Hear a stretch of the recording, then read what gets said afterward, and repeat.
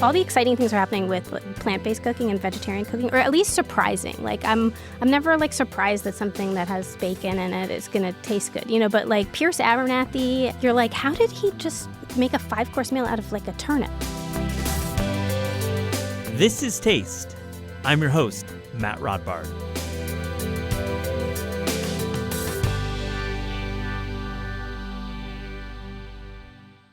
We are always so happy to hang out with Jenny Rosenstrach, the talented writer and editor behind a highly enjoyable newsletter and a series of cookbooks. On this episode, we talk with Jenny about her terrific new book, Weekday Vegetarians Get Simple. We get into some of the recipes that drive this creative cooking plan and how the challenge to eat less meat is hardly that. It's a fun adventure using spices and crafty plant-forward techniques. We also talk about the upcoming Taste Travels trip to Mexico. Tickets are available now. I hope you enjoy this conversation.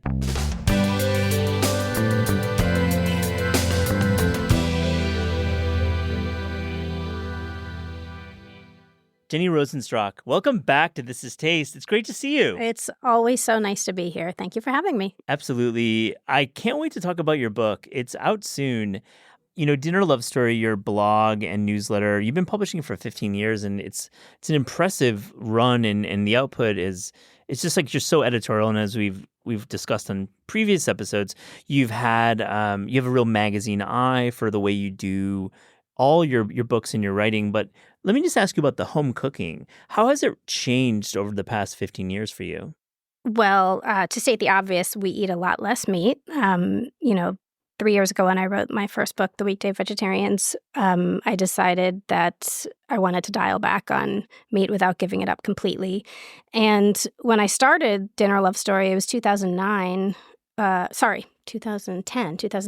And that the way I thought about dinner and home cooking was just animal protein in the center of the plate. And then I would figure the rest out later. It was kind of an afterthought. And once I started kind of getting into this weekday vegetarian thing, now it's the opposite. It's kind of, I look at vegetables and I see what can I do based on that, and oh yeah, I guess I should add a protein. You know, it's like it's kind of the reverse, and so that's a big change. I'm cooking for 2 now instead of 4. My girls are both in college, which is great. You know, I can decide what to make for dinner 15 minutes before we're eating dinner. It doesn't have to feel like, you know, we're on an event. Yeah, it doesn't have to feel. I mean, it never really felt like an event, but it was just, you always had to have a plan or something. Yeah. And there was always a schedule you had to accommodate, or someone going to some late night practice or coming home, you know, or who just had to, you know, had homework or a test to study for it. So yeah, so that's been really nice. I have to say, we always joke when our daughters come home for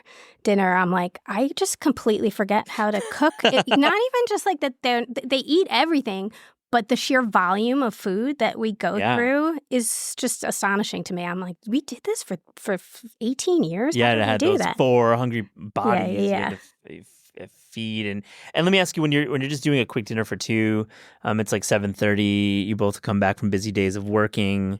Tell me, what's the go-to throw together? I know you've got a lot, and this book is simple as in the title. The Weekday Vegetarians Get Simple. So I think I'm alluding to your idea of what dinner is now, but give me like the one you make that you're just like go to. I mean, the one we make, I'll tell you what we're really into just this time of year is just like a blender gazpacho. And we have, when the tomatoes aren't great, you know, it's July, it's not exactly peak season, but I still try it. And this is sort of something I discuss in the book too.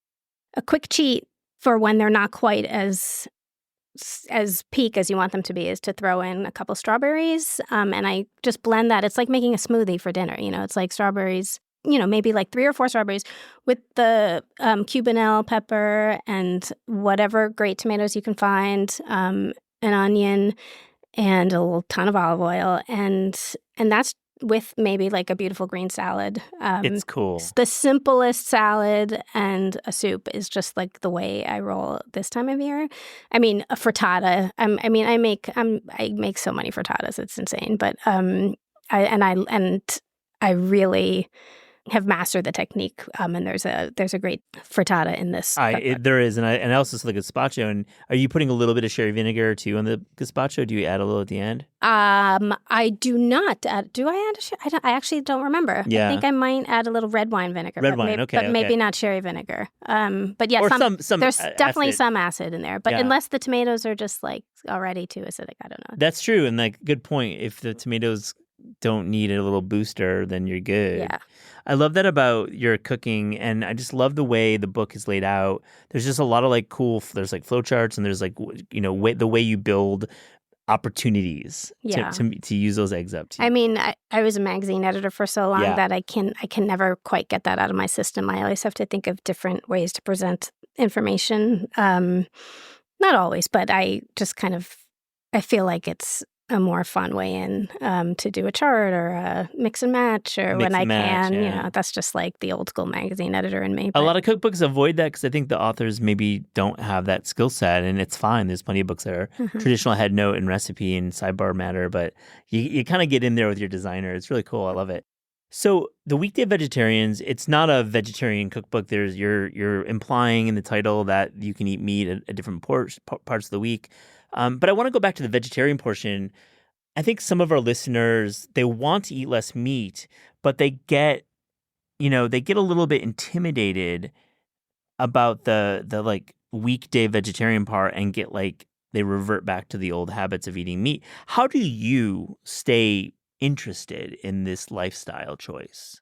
It's a good question. And sometimes I go a couple days where I'm not interested in it at all. And I think that's the beauty of the philosophy of, just what's convinced me to eat plant-based more often than, a dinner centered around animal protein is that I know I can have the day off, or I don't have to be so draconian about it. And when I'm not as hard on myself, I'll have a couple, over the weekend I had a burger, and this was last weekend, but and then I had some chicken. It was just like a very meat heavy weekend, and then it's the yin and the yang, So by Monday, now I'm like, oh, I really just feel like I'm craving like a real vegetable forward meal. I just had too much meat, and that's something that I never felt before I started this. So it's definitely takes a while, and you have to get in shape. But yeah, and the opposite, I can only have so many chickpea recipes before I'm like, I need that tri-tip. I need that steak.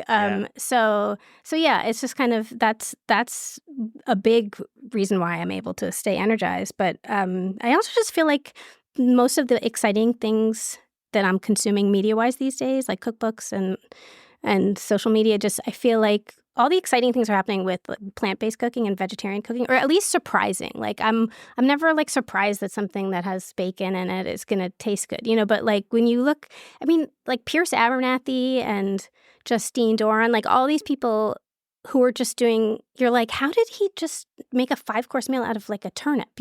How that to me is impressive. And I always look at it and think I would definitely eat that. I just think that's way more exciting just from a food writing standpoint, just to be how do you make that food taste good without the animal fat? I fully agree. I love the sentiment, and Pierce and Justine are great examples of a kind of a new wave of cooking where you don't necessarily have to say it, but it is plant-based implied, and it's kind of just the way people are eating. Exactly. And then keeping it creative.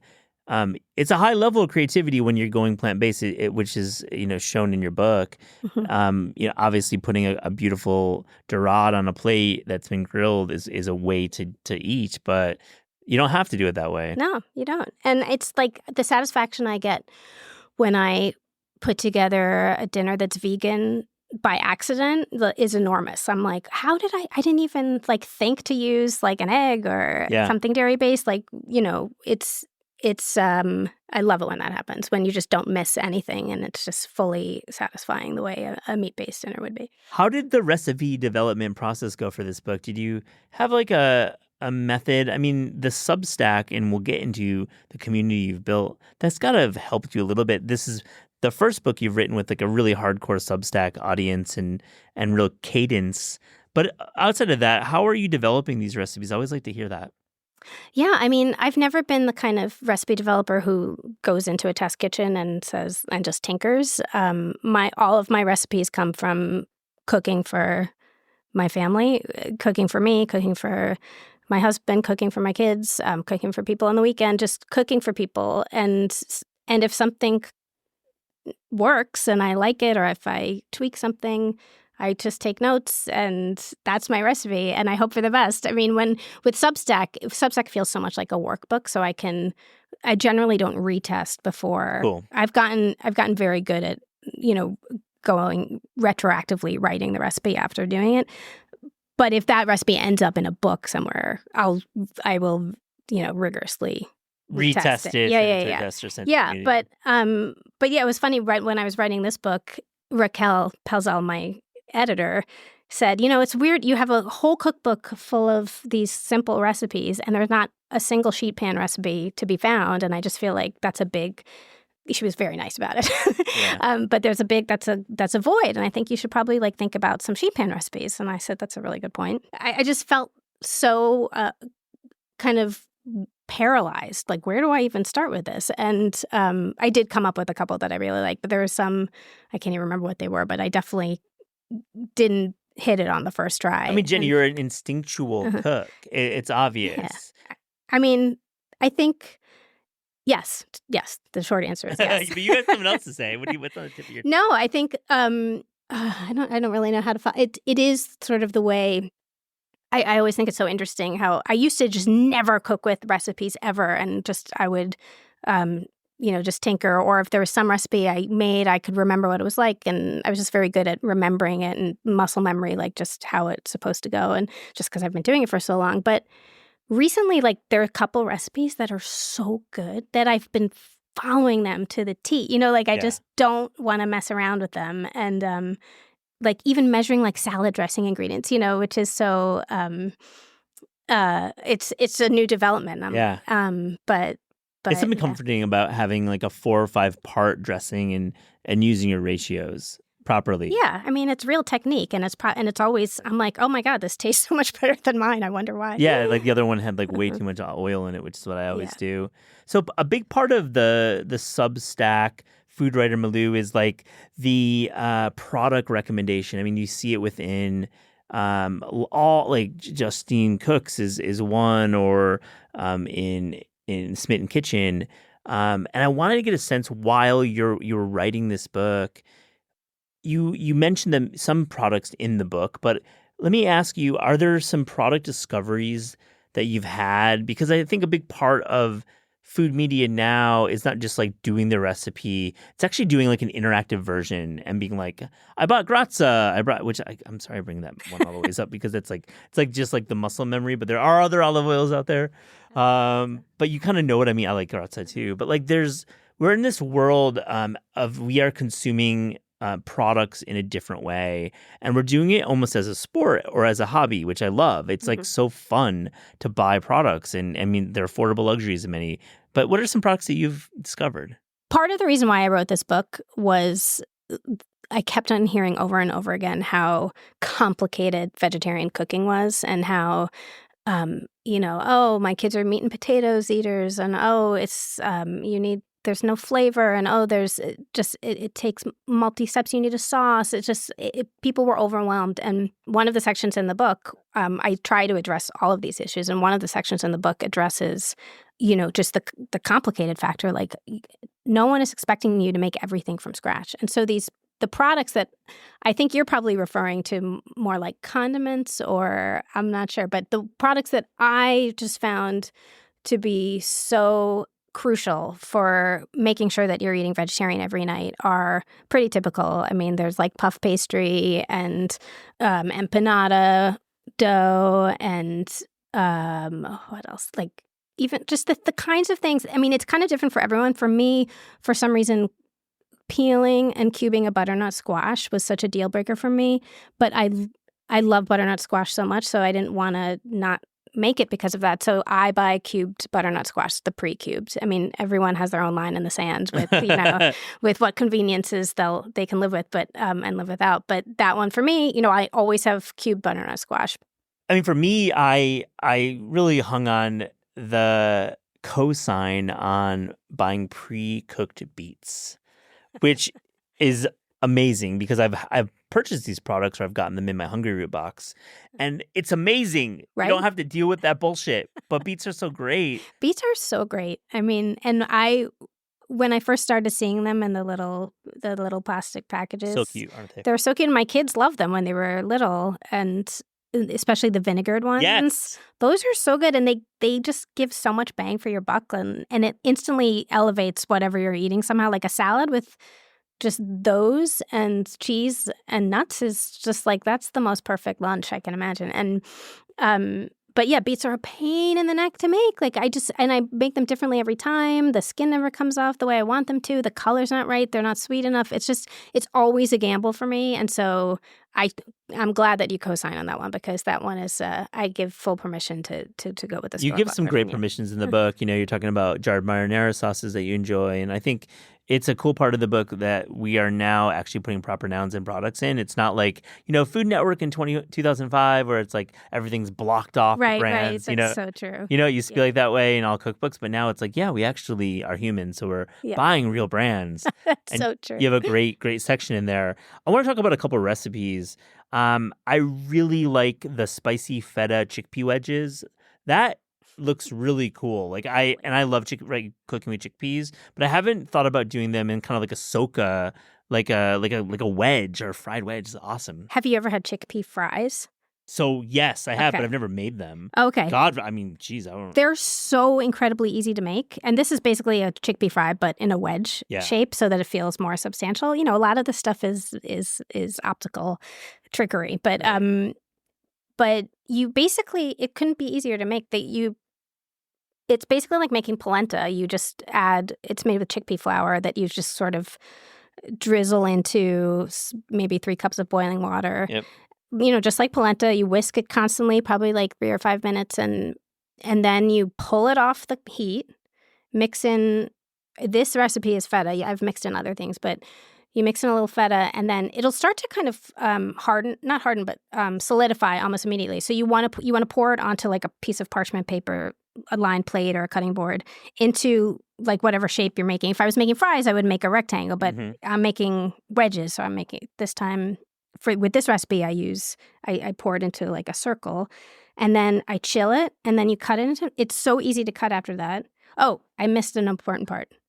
No, I didn't miss an important part. The spices come in after. You fry them in oil. You fry so each you take wedge. it from the fridge. You take it from the fridge, and then you fry. You don't want to overcrowd the pan, but maybe 4 or 5 wedges at a time, and they're heavy, so you don't need a lot to serve.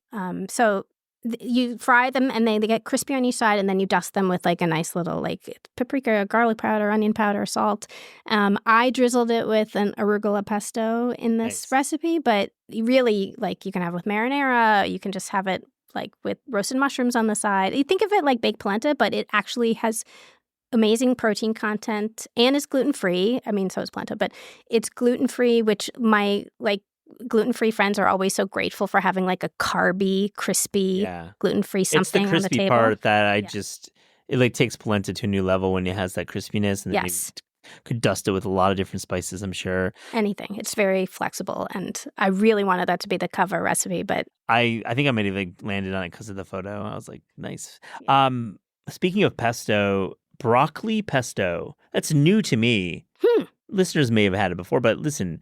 Love broccoli. That's my number one. Really? Oh, wow. I love vegetable. I love it. Take us through that broccoli pesto. How does that work? Well, basically, I'm sure you know this. You can kind of turn any vegetable into pesto if you want. The pesto, you simmer the broccoli and you blend it with, you don't even need nuts for this, quote, pesto. It's more like a broccoli sauce, but it's broccoli, olive oil, cheese, garlic, until it like just reaches saucy consistency. But you have to reserve a few florets before you blend the whole thing together, because that's when you're tossing with pasta, that gives it like a nice little textural component, as opposed to just like kind of, super silky. Like, I don't know, something about pureeing broccoli and not having those chunks just reminds me of baby food. Yeah, it makes it's like, this doesn't even look like any broccoli. Could be any green sauce. Could be anything, yeah. Right, so you want to have that reminder. So you're adding a little bit of broccoli at the end, blitzing it very like roughly, and having the florets, or you could even you could chop it yourself. Yes, totally. I like that a lot. I like the way these recipes come together, the way you talk about them, and it's very your head notes are quite conversational too, which I think it's not too prescriptive, you know. Thank you. Yeah, no, I work hard on those, and that's the most fun for me always for recipe writing is just the context of the recipe. So, give us one more recipe that may surprise listeners that it can be a main course, but we didn't even realize it. It's just like sitting there. You know what I mean? Yeah, that's a good question. I mean, that would surprise you. This is, I think, going to be the breakout star of this book. I'm Love it. Just going to say it.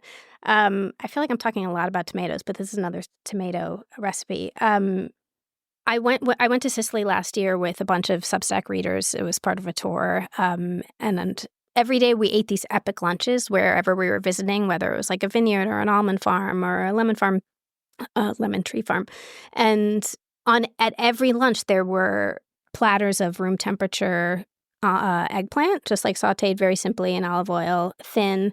And then also there was always some kind of caprese situation going on. And I started just kind of combining them and eventually like layering it to look almost like an eggplant parm, but a summery version because it wasn't all drippy and gooey. And it was so light and flavorful, and it became like just kind of my go-to. Everywhere I went, I would just try to make that or combine it somehow, and I could do it remarkably at many of the lunches. But when I came home, I just kind of set to work to make sure, and it's obviously not a complicated recipe to develop, but it's like a bruschetta topping, and it has just like the tiniest hint of garlic to it that I don't know why that garlic just makes it all come together. And there's basil and obviously a ton of olive oil.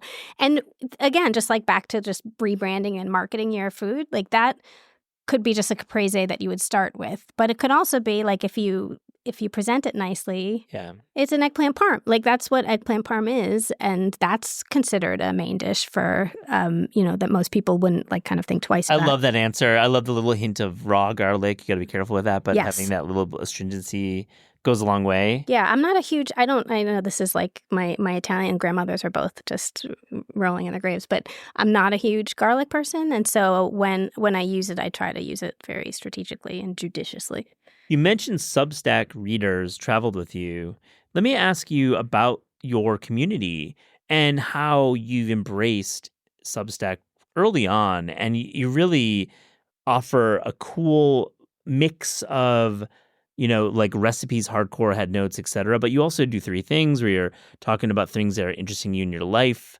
And just like, honestly, it's like musings from your life. And it feels like some like 1995 blogging, which I fucking love. That's exactly why I like it. I've simply not evolved since 1995, apparently. But I love it. It's by far my most favorite phase of my career is my Substack writing. I just feel like,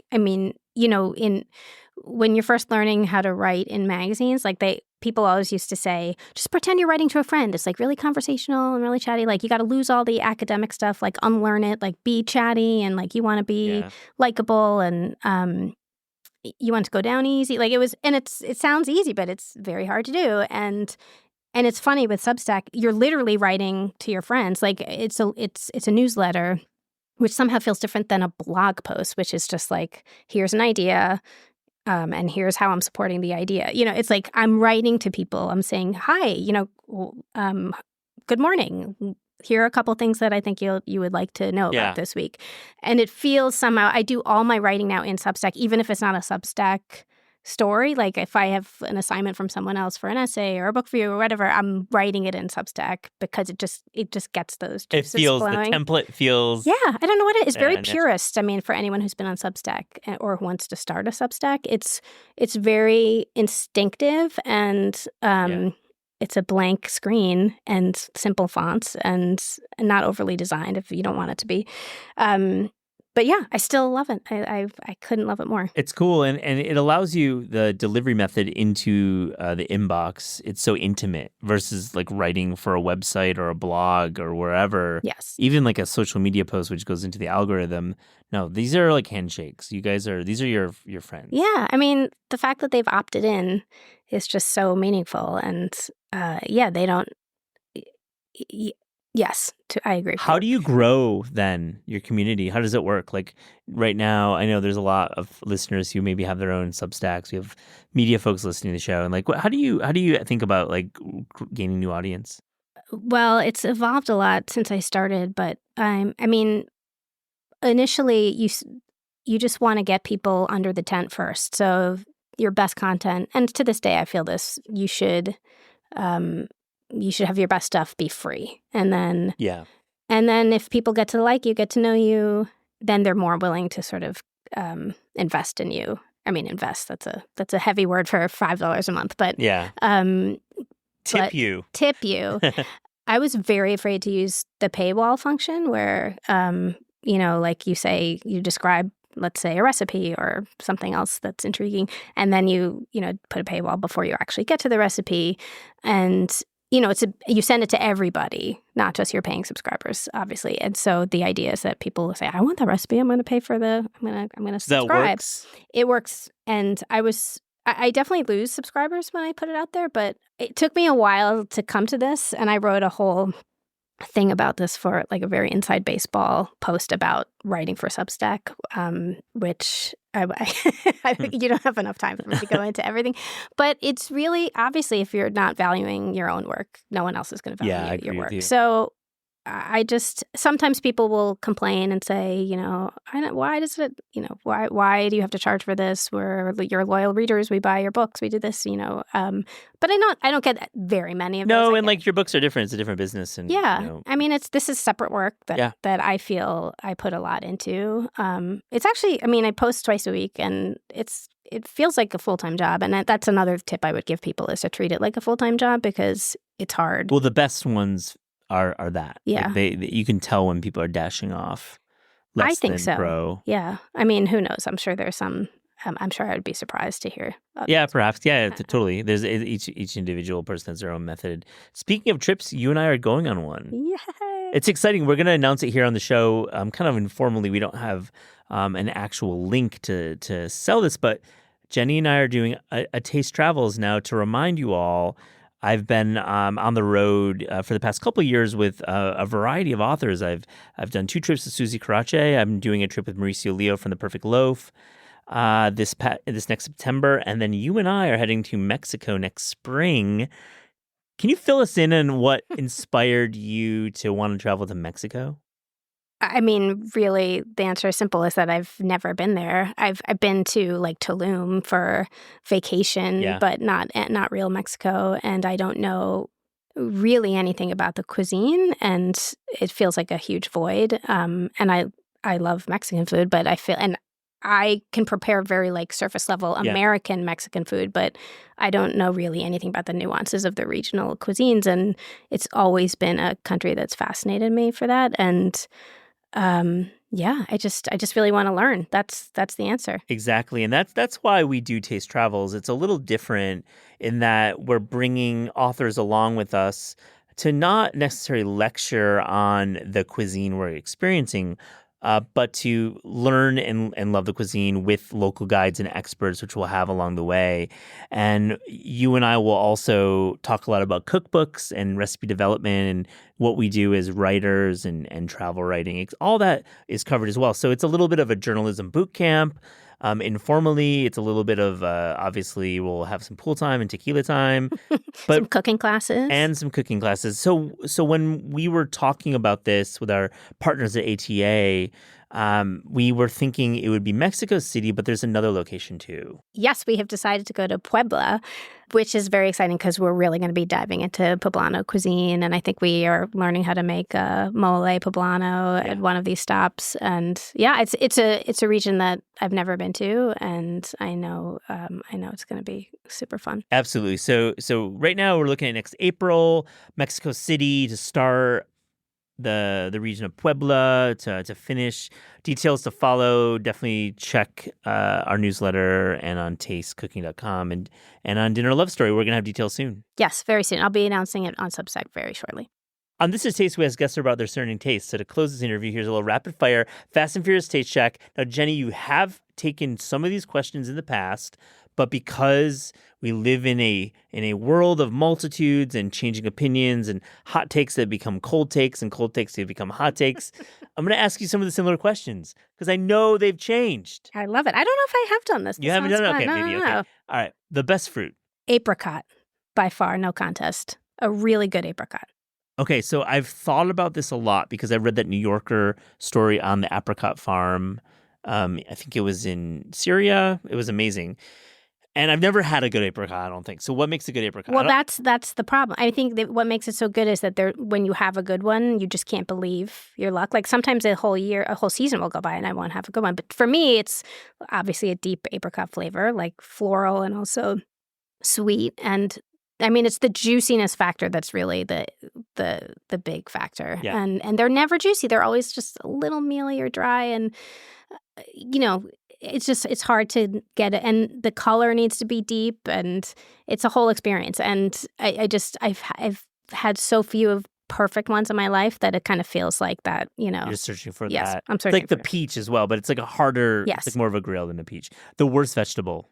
This is a hot take, especially for you, because I know I've heard you talk about this, but I'm not a celery girl. I don't like celery. I can't do it. I can do it as an aromatic, like when it's building a base for something, but raw, like in tuna salad, that's my worst nightmare. Yeah, tuna salad, cream cheese and raisins. Can't do it. Can't do it. Yeah, I'm not like a fan, but I have enjoyed when it's really fresh. It's great, but usually it's pretty. Yeah, you can trust me. All right, the best dessert. I'm like 2 years old when it comes to dessert. So, like a brownie sundae or like a 7-layer cake with buttercream frosting, that kind of stuff. Oh my gosh. I feel like there is a story I read in GQ like 100 years ago by Alan Richman about how much he loved dessert. And he had a line in there that I think about all the time. And he said, food should be local, dessert should be adolescent. Those are great rules to live by. Yes, that's how I skip you, Michael Pollan. These are the rules to live by. Yeah, because that's what I mean. When you actually think about dessert, like what are you excited to eat after a meal? You're excited to eat all the things that you had as a kid. Yeah, Reese's peanut butter cup. Yeah. Your favorite American fast food chain? Shake Shack. I mean, Shake Shack is like the reason why I'm not a full-on vegetarian. The Shack burger is like in my top 5 foods of all time, I think. You got their shumami if you ever want to go there. I have had that, and I like it very much, but no, not a Shack burger. Favorite cookbook of all time? That's a really hard one, but I think I'm going to go with the formative ones, like Marcella Hazan's Essentials, and then even like Silver Palette, weirdly, because those were the first 2 cookbooks that made me want to cook. And do I use them every day now? No, but they were there. I go back to them and read them, and I'm inspired by them. Are you getting a lot of cookbooks still? You used to write like New York Times reviews. Oh my God, I get nothing but I get so many cookbooks delivered to me, just also because I write about them on my Substack all the time. Yeah, so sure. It's really nice. I hope that never goes away. My gosh, how do you deal with it now that you have a New York City apartment versus a home? There's a free shelf in the basement of my building, so all the books that don't get to stay, they have to really earn their keep. They always did, even in when I had a little more room in my old house, but now they really do because I have such limited space, and so so many end up on the free shelf, and my they're neighbors taken, love right? me. No, that's the beauty of being in media in New York City. It's like pass it along. It actually helps. I love it, and it makes people so happy. It's unbelievable. Oh, that's awesome. So, what about this new crop? We're really getting into the fall season. Is there anything that's jumping out at you that you received lately? It doesn't have to be this fall. It could be from this past year. Books that you enjoy? This fall, I'm looking forward to Justine Doran's book. I just think she's really doing something special with plant-based eating. I love Julius Roberts' book. Yeah. I don't know if he's been on the show. Has he been on the show? He has twice. I love Julius. Oh, my God. I just want to meet him. He just seems like he lives the best, happiest life. I mean, I'm sure I shouldn't believe everything I see on social media, but his food, just like his whole like shed operation outside the farm where he's just cooking on some like 100-year-old pot, and somehow he produces like this gorgeous vegetable tart or whatever. It's so, and his book just captures that, which is hard to do, I think. It's a great book. I love getting to know Julius. Yeah. And it's cool that you use it. Like, it's a really, really terrific book, and what a thoughtful guy. Yes. What a lives by his own words. Yeah, you could tell. I mean, I had never heard of him until that cookbook landed on my doorstep, and I just instantly was captivated by his writing. A cuisine you would like to learn more about? Mexican, as we've discussed, and I would say Japanese too. Again, like I love Japanese cuisine, but I feel like my knowledge of it is very surface level in terms of preparing it. Last one, your favorite sandwich? An egg sandwich, but it has to be perfectly prepared. You know? Okay, scramble, is it fried? Is it salad? It's fried. I don't care if it's over easy or fried, but the yolk has to be runny. It has to be American cheese. Nice. The roll has to be like a seeded roll, but not bready. Like Daily Provisions makes the perfect egg sandwich because the bread is, have you had one? They're like, the bread is not overwhelming and it's the perfect size too. It's not too much. It's not too little. It's just... I walked by Daily Provisions last week and I thought about going in, but I didn't. I don't know why.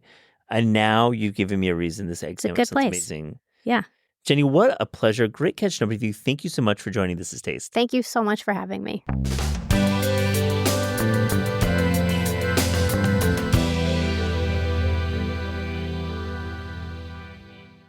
Eliza, we are back with Three Things. How the hell are you? I'm good, Matt. How are you? I mean, it's like end of summer. We've got some summery Three Things. What's your first one? Well, mine are all kind of connected, which is that my parents came to town for my mom's 60th birthday. Shout out to my mom. Happy birthday. And we went to the U.S. Open together. And of course, like I couldn't just go to the U.S. Open. We had to do some food tours along the way. But my first thing is that I had a honey deuce at the U.S. Open. And I wanted to not like it because it's a $23 cocktail, but I actually liked it a lot. And as a bonus, you get to keep the commemorative cup. So now I have like the only set of matching cups in my apartment is like 4 glasses of commemorative honeydew cups. Oh my God. So you were the person, you like walked out with the stack. Yeah, I walked out with the stack. And it's just vodka, which I don't normally like, and Chambord, and the little scoops of honeydew skewered on top like tennis balls. It was delicious. So let me ask you, did you feel anything from it? Like, did they actually put more than half an ounce of vodka in them? Yeah, I think so. I mean, maybe it was like the rush of tennis, but sure. I definitely felt it. And also, like, I have to say the honeydew kind of gave like a whiff of melon as you were like raising the glass up because it was skewered on top. Like, it was very refreshing. It was a built-in snack. Like, I obviously wanted to not like it, but I did like it. I'm happy to hear this honey deuce report. I think there's been some shade towards the honey deuce as of late. I'm not going to mention who, but you liked it and I like your taste. So I mean, it's literally how they make the prize money for the U.S. Open. I think they said they make $4 million a year on the honey deuce, which is absurd. That's amazing. And it is like so much more than I would ever want to pay for a drink. Yeah. But also no one is forcing you to buy one if you don't want one. No. What's your first thing? My first thing, well, you know, first we're recording this on Monday. We're dropping this on Friday. Who's going to win the U.S. Open? Oh, I don't know about tennis, to be clear. I just know about honey deuces. All right, I wanted to get your take because I feel like there's like a lot of Americans still in now. So by the time this is airing, I'm hoping that at least one American is still in the finals. Tiafoe, perhaps. Maybe. The night that I watched Alcaraz get booted out by someone who was ranked 77th in the world. And he was ranked number 3. And I also saw Naomi Osaka get booted out. So I think what I learned is that like you don't know what's going to happen. That's why it's such a great sport. My first thing on the summer tip, well, you know what? The summer tip is that I ate a lot of corn at an Italian restaurant that no one's talking about. So that's really why it's summery. But, you know, it's one of these restaurants called Carlotto. It's like back in the day, I feel like more of these restaurants were written about by the critics. And it's probably a symptom of New York just being just having so many great restaurants in all neighborhoods that the media wants to cover it, like rightly so. But really, this is on East 19th Street off Park. It's not really, it's like mid-block. Mm-hmm. And man, it's a hidden gem hiding in plain sight, like straight up. Like it has the level of pasta that a Missy Robbins restaurant has. It's like really up there. So a little bit about the restaurant. The chef is Andy Kitko, who's a veteran of New York and not a name that most people know, but really at Carlotto, he's doing these kind of regional Italian dishes. Like I had a sweet corn agnolotti with crispy pancetta. There's an andouille sausage and basil and stracciatella pasta. That's like a tubular pasta. Roasted chicken with blister radicchio, chanterelles, fingerling potatoes, and saba. Put some saba on everything. A little bit of that lower acid, like kind of halfway vinegar, halfway grape juice. Fucking love that. And like I just wanted to give this restaurant its flowers because it was like really crowded, but with like neighborhood people getting off work and like around the Park Avenue, kind of like I guess Flatiron neighborhood. But I feel like it should be written about. Like they're doing a 3-course tasting for $65. And when you go to a restaurant, you're like, man, more people should hear about this restaurant. I always feel like I should be saying that. So that's where I stand on it. I don't know. It was a good restaurant. Yeah, it sounds great. I love sweet corn agnolotti. I feel like if I see that on a menu, I'm getting it. Definitely. What's your next thing? My next thing is I just want to give a quick rundown of the Flushing food crawl that I took my parents to prior to going to Arthur Ashe for the open, which I think is a really smart move. It's only one more stop down on the 7 line. So if you're taking the subway there, which you should be doing to get there anyways, it's pretty easy to do. So Shirley and I took my parents to 5 different places. Wait, stop. That's great. Yeah. 5, but it was like one bite at each thing, kept it moving. Dude. First stop, New World Mall in Flushing. Right. We went to the food court there. We got like pan-seared pork dumplings at a place called Pambao. Then we went to Joe's Steamed Rice Roll right across the street from there. Amazing place. Got rice rolls. My parents had somehow never had rice rolls before, and so they were rapturous, like loving the texture of that kind of like steamed chewy rice crepe. We got them with shrimp inside, very classic. Then we went to Shanghai Yu Garden, has the Peking duck stall in front where you can get duck buns on the street, $2.50 a pop. My mom loves duck, so that was, I think, maybe her highlight. Then we went to White Bear around the corner to get their chili oil dumplings, ate them in the park. Lots of other people were seemingly going to the U.S. Open, eating dumplings in that park, which was funny to see. And then for dessert, went to Xinfu Tong, the boba place that I keep on going to in the East Village, has a location in Flushing. So got some like oolong brown sugar boba, little sweet treat, also some caffeine going into the tennis match. To witness somebody's first interaction with a rice roll has got to be pure gold. That's amazing. I think all of it was really fun. I feel like getting to take people that are visiting a city to a neighborhood that has so much great food culture and to hop around in that kind of way was really fun. And I was worried about being hungry at the open, but I ate so much food that even though we didn't leave until midnight, I was happy. And you washed it down with the honey deuce. And a honey deuce. Yeah, exactly. Yeah. What's your next thing?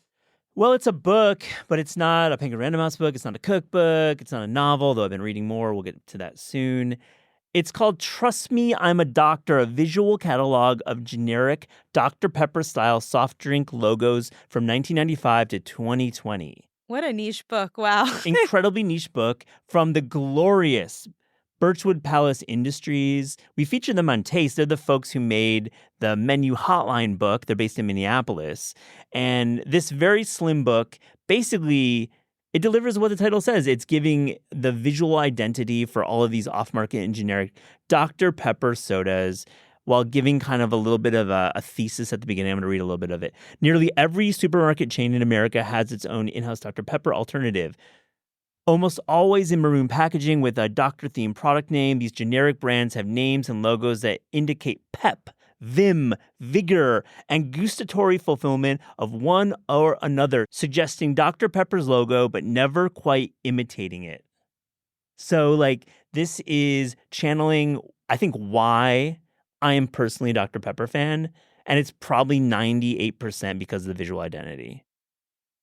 You know, I don't think I could say the last time I've had Dr. Pepper, but I love the idea of like an off-brand label coffee table book. I mean, it's slim. It's $12. I'm linking to the show notes. You got to buy it or check out all their books. There's a book about vintage they're called video stores. I almost said VHS store, but that's like sounds really alien. Video store imagery as well, like logos from video stores. And they just have a real knack of kind of compiling visual identity pulled from the archives of our land. Yeah, I'll have to check it out. What's your last one? My last one is just the cornerstone to my mom's birthday weekend was that I was tasked with finding it's like a classic New York conundrum. I was tasked with finding a occasion restaurant for 12 people for dinner in Manhattan.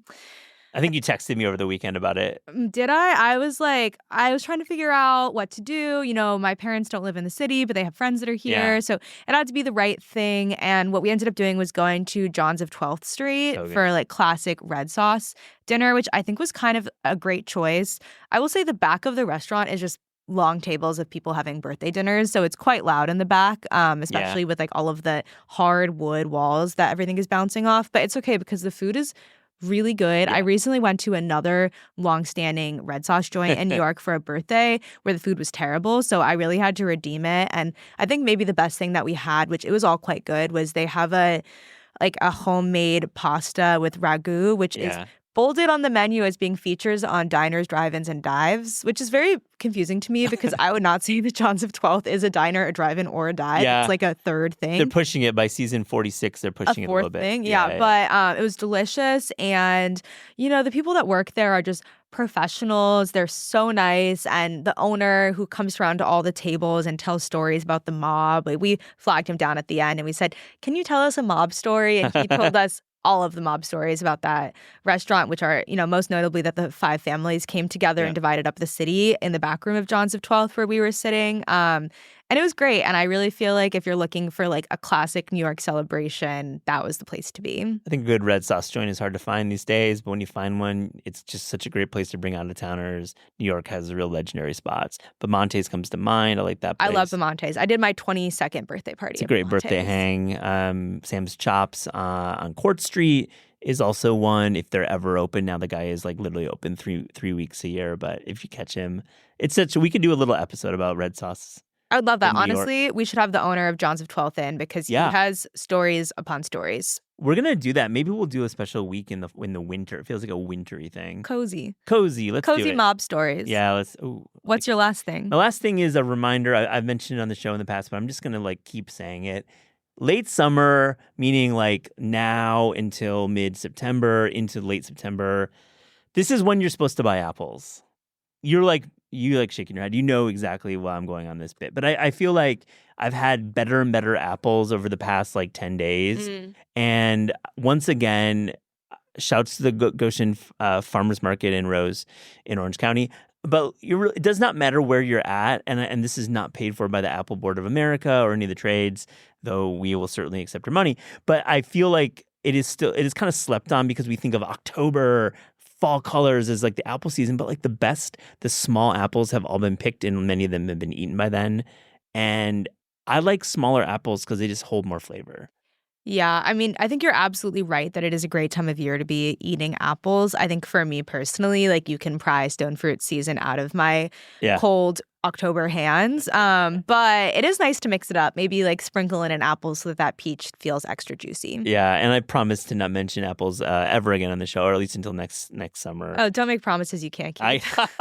Thanks for sharing, Eliza. You too.